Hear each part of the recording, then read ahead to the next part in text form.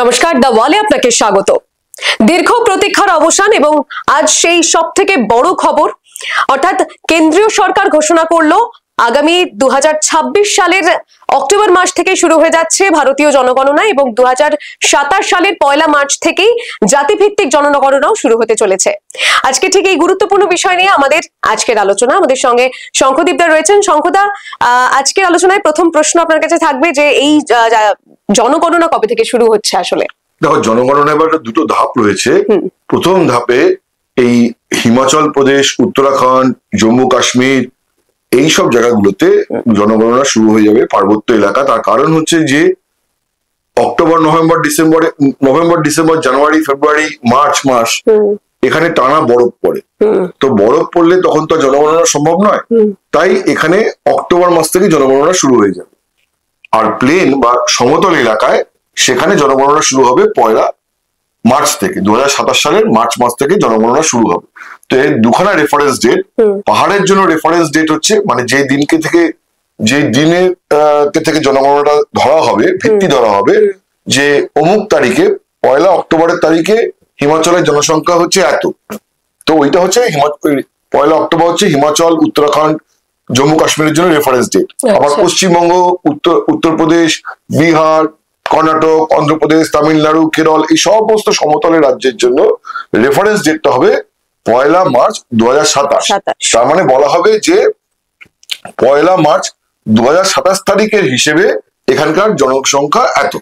আচ্ছা, কিভাবে এই প্রক্রিয়া এগোবে, কি মানে কিভাবে সম্পন্ন হবে? জনগণনা বা আদমশুমারি তো বাড়ি বাড়ি গিয়ে যে গোনা হয়, যে প্রতিটা বাড়িতে গিয়ে সেই বাড়ির জনসংখ্যা কত, তাদের পেশা কি, তাদের আর্থসামাজিক অবস্থা কি ইত্যাদি সমস্ত কিছু না হয় ডেটা বাড়ি বাড়ি গিয়ে ঘুরে। এটা একটা বিশাল প্রসেস এবং এটার জন্য গভর্নমেন্টের প্রচুর টাকা খরচ হয়। বাজেটেও টাকা বরাদ্দ করা হয়েছে এটার জন্য, যে এই গোটা প্রসেসটার জন্য। একটা হিউমঙ্গাস প্রসেস। তুমি দেখো এখন সর্বভারতীয় স্তরে ভারতের জনসংখ্যা এখন 140 কোটিরও বেশি। তখন এক্স্যাক্টলি কত, তার কারণ হচ্ছে যে এখন লাস্ট আমাদের জনগণনা হয়েছিল 2011 সালে, প্রায় 16 বছর পর। আবার 2011 সালের পরে 2021 সালে হওয়ার কথা ছিল, কিন্তু 2021 সালে কোভিড এর কারণে জনগণনা করা যায়নি। তার ফলে আমরা অলরেডি পিছিয়ে আছি। আমরা এক্স্যাক্টলি ভারতবর্ষের জনসংখ্যা কত এবং আর্থসামাজিক পরিস্থিতি কি, কোন অঞ্চল এগিয়ে কোথায় পিছিয়ে, এই পুরো ব্যাপারটাকে আমাদের সার্ভে করা হয়নি। তার ফলে আমরা অনেকটাই পিছিয়ে আছি। 21 সাল থেকে মানে 10 বছর অন্তর অন্তর জনগণনা করা হয়। সেখানে 2011 পরে 2025 সালে এবং এই 26 সালে যে জনগণনা হচ্ছে, তার মানে আমরা প্রায় 15 বছর পিছিয়ে আছি। তো এটা খুবই একটা ইম্পর্টেন্ট একটা প্রক্রিয়া এবং এটা 2 মাস 3 মাস ধরে পুরো প্রক্রিয়া চলবে। এটা একটা খুব ইম্পর্টেন্ট প্রক্রিয়া। আপনি বলছেন ভীষণ গুরুত্বপূর্ণ একটা বিষয়, 10 বছর অন্তর অন্তরই সেটা হওয়ার কথা। আমি বলছি যে এই জনগণনার যে প্রক্রিয়া, সেটার ইতিহাসটা ঠিক কিভাবে শুরু হয়েছিল বা কোন সাল থেকে শুরু হয়েছিল? অনেকেই আমরা এই বিষয়ে অবগত নই। দেখো, ব্রিটিশ আমলেই জনগণনা হতো। ব্রিটিশ আমলেই ভারতবর্ষে জনগণনা হয়েছে। আমি যতদূর জানি যে 1881 সাল থেকে স্বাধীনতার আগে পর্যন্ত, মানে 1931 সাল পর্যন্ত ইভেন কাস্ট সেন্সাসও হয়েছে, জাতিগত জনগণনাও হয়েছে। তার ফলে যে জনগণনার প্রক্রিয়াটা যে স্বাধীনোত্তর সময়ে শুরু হয়েছে এরকম নয়, স্বাধীনতার আগে ব্রিটিশ জমানা থেকেই জনগণনার প্রক্রিয়া চলছে এবং এটা সায়েন্টিফিক প্রসেস। তা না হলে, যদি আমি প্রকৃত জনসংখ্যা না জানি, তাহলে সরকার সুশাসন কায়েম করবে কি করে, বা সরকার পরিষেবা দেবে কি করে, কতজন মানুষকে পরিষেবা দিতে হবে, জনগণের আমাদের জনসংখ্যার সাইজটা কত, এটা না জানলে তো গভর্নমেন্ট তার প্ল্যানিংও করতে পারবে। সরকারের তো একটা প্ল্যানিং আছে, একটা যোজনা আছে যে আমার এত দেশে এতজন মানুষ, তাদের রিকোয়ারমেন্ট এই, তাদের জন্য আমি এরকম একটা যোজনা তৈরি করলাম। তাদের জন্য আমার স্বাস্থ্য খাতে এত টাকা বরাদ্দ করতে হবে, তাদের জন্য আমার শিক্ষা খাতে এত টাকা বরাদ্দ করতে হবে, তাদের বাসস্থানের জন্য, যাদের বাসস্থান নেই তাদের জন্য আমার এত টাকা বরাদ্দ করতে হবে। তো এই যে সরকারি পরিষেবা দেওয়ার জন্যই জনসংখ্যা জানাটা জরুরি। প্রি ইন্ডিপেন্ডেন্স এরায়, স্বাধীনতার আগে কিন্তু ব্রিটিশরা শাসন করতেন, তার ফলে তারাও কিন্তু খুব সায়েন্টিফিক্যালি জনসংখ্যার গণনা করেছিলেন, যাতে করে যে এই যে জনসংখ্যা আছে তাদেরকে দরকার মতো পরিষেবা দেওয়া যায়। কিন্তু এই যে জাতিভিত্তিক জনগণনার কথা বলা হচ্ছে, এটা 2027 মার্চ থেকে 1 মার্চ থেকে শুরু হতে চলেছে, এই জাতিভিত্তিক জনগণনাটা এটা কতটা জরুরি? দেখো, জাতিভিত্তিক জনগণনা আমি যেটা বলি যে স্বাধীনতার আগেও ছিল, মানে ব্রিটিশ সময়তেও ছিল, কিন্তু যখন স্বাধীনতার পরে সংবিধানের প্রণয়ন করা হয় তখন আমাদের সংবিধান প্রণেতারা মনে করেন যে এখনই জাতিভিত্তিক জনগণনা আর দরকার নেই। কিন্তু সংবিধানের অনুযায়ী শিডিউল কাস্ট, শিডিউল ট্রাইব মানে তপশিলি জাতি, তপশিলি উপজাতি এবং ওবিসি আর জেনারেল কাস্ট, এই আমাদের বিভাজনটা করা হয়েছিল। কিন্তু ক্রমশই যে জাতিগত জনগণনার জন্য একটা চাপ বাড়তে থাকে। কারা চাপ বাড়াতে থাকে? দেখো, এই চাপটা মূলত হিন্দি বলয়ের থেকে উঠে আসে, বিশেষ করে বিহার থেকে। বিহারের রাম মনোহর লোহিয়া, কর্পূরী ঠাকুর, পরবর্তীকালে লালু প্রসাদ যাদব, শরৎ যাদব, নীতিশ কুমার, রামবিলাস পাসওয়ান, কারণ এদেরকে সবাইকেই বলা হয় লোহিয়াকে লোক। এরা সবাই রাম মনোহর লোহিয়ার ভাবধারায় সমাজতান্ত্রিক একটা দর্শন নিয়ে তারা রাজনীতি শুরু করেছিলেন, তো সেই আদর্শ নিয়ে শুরু করেছিলেন, এটাকে লোহিয়াকে লোক বলা হয়। তো রাম মনোহর লোহিয়া, কর্পূরী ঠাকুরের সময় থেকেই বিহারে, কিন্তু কারণ যেহেতু বিহারে অনগ্রসর জাতির মানুষের সংখ্যা অনেক বেশি, SC ST এবং অন্যান্য পিছিয়ে পড়া অংশ এবং অতি পিছড়ে যারা অতিশয় অনগ্রসর অংশ, এই অংশটা বিহারে প্রায় 63%। বিহারে উচ্চ বর্ণের প্রতিনিধিত্ব কম, বিহারে পিছিয়ে পড়া মানুষের জনসংখ্যা অনেক বেশি। এবং এই যে লালু প্রসাদ যাদব, রামবিলাস পাসওয়ান, নীতিশ কুমার, রাম মনোহর লোহিয়া, কর্পূরী ঠাকুর, এরা সবাই হচ্ছে কিন্তু অনগ্রসর জাতিদের নিয়ে রাজনীতিটা করেছেন, তো তাদের জনভিত্তি ওটাই। তার ফলে হচ্ছে যে তারা কিন্তু বহুদিন ধরে দাবি তুলছিলেন যে জাতিগত জনগণনা হোক, কারণ জাতিগত জনগণনা যদি না হয় তাহলে বোঝা যাবে না যে কোন জাতির রিপ্রেজেন্টেশন কতটা। ধরো আমি বলে দিলাম যে ওবিসি জন্য এত % সংরক্ষণ, কিন্তু ওবিসির মধ্যে দেখা গেল যে, কথার কথা বলছি, পুরোপুরি হাইপোথেটিক্যাল বলছি, ওবিসির মধ্যে দেখা গেল যে মন্ডল তারা হচ্ছে হয়তো 70%, আর ধরো যাদব এরা হচ্ছে 30%। কিন্তু যদি তুমি সামগ্রিকভাবে ওবিসিদের জন্য একটা সংরক্ষণ, নির্দিষ্ট সংরক্ষণের কথা বলো, তাহলে তো যাদব এবং মন্ডল এই দুটো ওবিসির যে জাতি, এরা কিন্তু সমানভাবে সুযোগ সুবিধা পাচ্ছে, মানে সমান সুযোগ সুবিধা পাচ্ছে। অথচ লালু প্রসাদ, নীতিশ কুমারদের বক্তব্য হচ্ছে যাদের সংখ্যা বেশি, মানে ধর মন্ডলদের সংখ্যা বেশি বা যাদবদের সংখ্যা বেশি, তাদের বেশি সুবিধা পাওয়া উচিত। ঠিক আছে, এই সংরক্ষণের মধ্যেও ভাগ থাকা উচিত, যেটা কাশিরাম, এই যে বহুজন সমাজবাদী পার্টির মানে মায়াবতীর যিনি গুরু, রাজনৈতিক গুরু, যিনি বহুজন সমাজবাদী পার্টি প্রতিষ্ঠা করেছিলেন, যেটা কাশিরাম স্লোগান তুলেছিলেন যে জিনকে জিতনে সংখ্যা ভারী, উনকে উতনে হিস্সেদারি। তার মানে যে যার যত বেশি সংখ্যা তার অধিকার, তার অংশীদারিত্ব ততটাই। তার মানে সমাজে যার সংখ্যা যতটা তার অধিকারও ততটা। তো এই জন্য বহুদিন ধরে জাতিগত জনগণনার একটা দাবি হিন্দি বলয়ের মূলত বিহার, উত্তরপ্রদেশ, মধ্যপ্রদেশ এবং পার্ট অফ রাজস্থান থেকে এই জাতিগত জনগণনা নিয়ে দাবি উঠছিল, কিন্তু সেটা হয়নি। কংগ্রেস জমানায় সেটা হয়নি।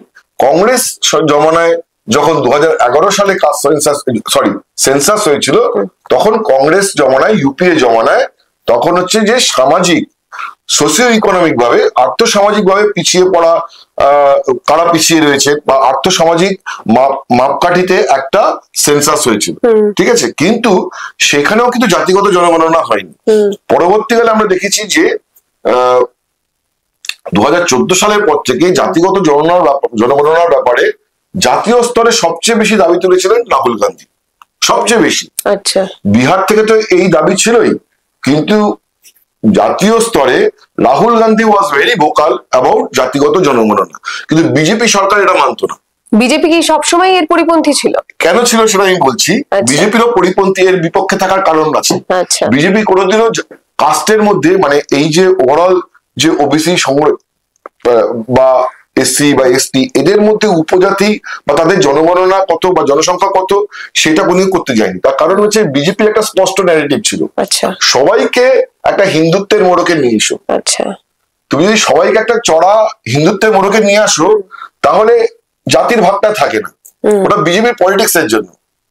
BJP schedule caste, schedule tribe, OBC, অতি পিছড়ে, এমনকি মানে আদিবাসী মানে জনজাতি অংশ, তাদেরকেও একদম পুরোপুরি একটা হিন্দু একটা গৈরিকীকরণ বা হিন্দু জনগোষ্ঠীর মধ্যে বেঁধে ফেলতে চায়।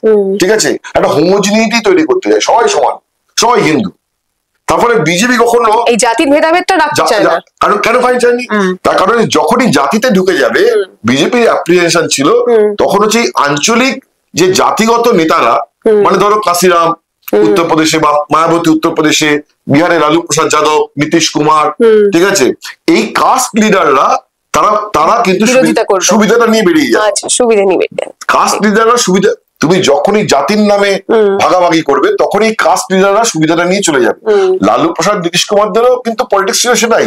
আমি যদি জাতি গণনার কথা দাবি তুলি এবং সেই জাতি গণনার যে রেজাল্ট সেটাকে নিয়ে যদি ওই কাস্ট ওই জাতিগুলোকে যদি আমি সার্ভ করতে পারি, তাহলে তাদের মধ্যে আমার জনভিত্তি আরো দৃঢ় হয়ে যায়।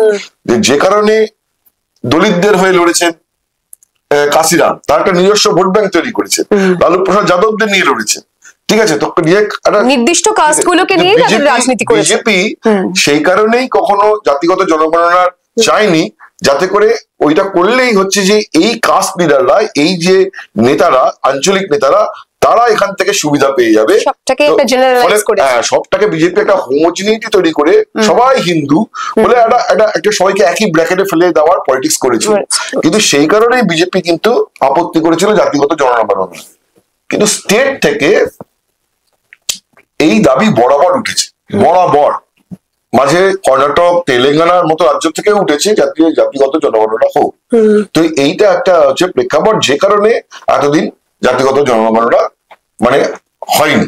কিন্তু এই জাতিগত জনগণনা, এই শব্দটা, কাস্ট সেন্সাস, বারবার এই শব্দটা উঠছে এবং আজকের পরে আরো বেশি করে এই শব্দটা সংবাদ মাধ্যমে আসবে। মানুষের মধ্যে কিন্তু একটা প্রশ্ন তৈরি হচ্ছে বারবার, যে এই কাস্ট সেন্সাস, এই কথাটার অ্যাকচুয়াল মানে কি, বা বিশদ বিবরণ, জাতি উপজাতিদের বিশদ বিবরণ, কি কি বিবরণ নেওয়া হবে, কি কি বিবরণ জানতে চাই। দেখো, ওইখানে তো যেটা আমি বলছিলাম যে schedule caste, schedule tribe, OBC, এই যে জাতি মানে ওভারঅল যে অন্যান্য অনগ্রসর জাতি, অন্যান্য অনগ্রসর জাতিগুলোর মধ্যে তো অনেক উপজাতি রয়েছে। মানে ধরো টাইটেল ধরে ধরে যদি আমরা দেখি বা পেশা ধরে ধরে দেখি, ধরো কেউ কুমোর, কেউ কামার, কেউ ছুতোর, ঠিক আছে, কেউ স্বর্ণকার।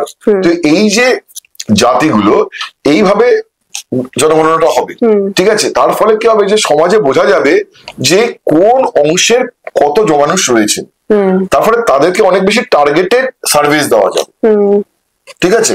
ধরো আমি জানতে পারলাম যে কুমোরদের জনসংখ্যা বাঁকুড়াতে সবচেয়ে বেশি, ঠিক আছে, তাহলে আমি তাদের যে ডেভেলপমেন্টের জন্য একটা প্রজেক্ট নিতে পারি বাঁকুড়ায়,